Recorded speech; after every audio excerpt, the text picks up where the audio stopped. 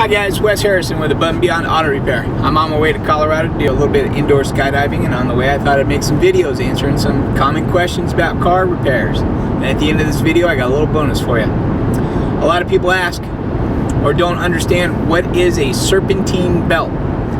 A serpentine belt is a flat belt. It's about an inch to inch and a half wide, and it drives all the vehicle's accessories: the alternator, the water pump, sometimes not the water pump, timing belt. Water pump can also be timing belt driven, but it drives the alternator, the power steering, the air conditioning. All the extra stuff on the engine is driven by the serpentine belt. Serpentine belts, for the most part, last 60-70,000 miles.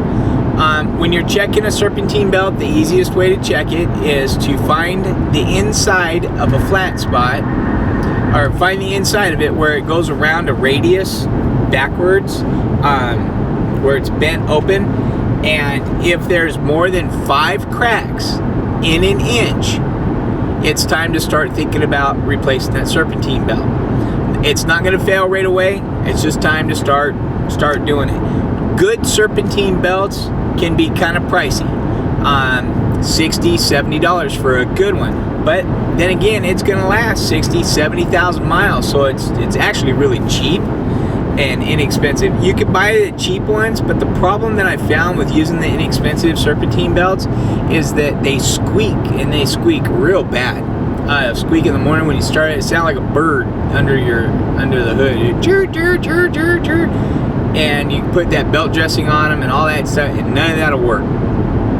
So get a good belt. I prefer Gates. That's just the belt that I like. I've had a lot of squeaking ones come from Daco, and I've used them because I had to, but it's just, I prefer Gates. In my professional opinion, I like Gates belts. They're as of right now, they're the best in the market. And same thing on the timing belts. I prefer Gates timing belts, and that's all I like to use.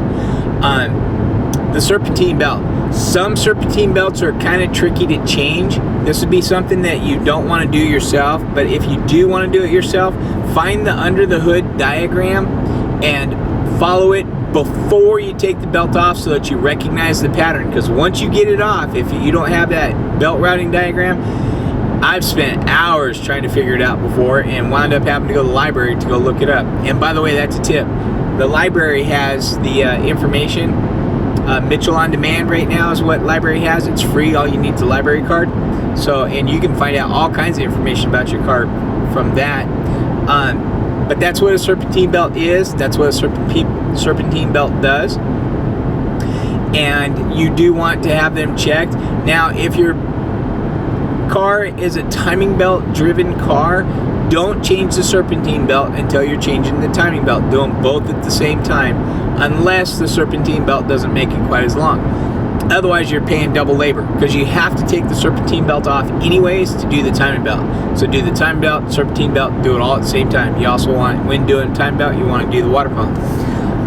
If you have any questions whatsoever, feel free to give us a call. My name's Wes Harrison, and phone number is 816-453-8282. Feel free to give us a call, and we'll answer any questions that you've got.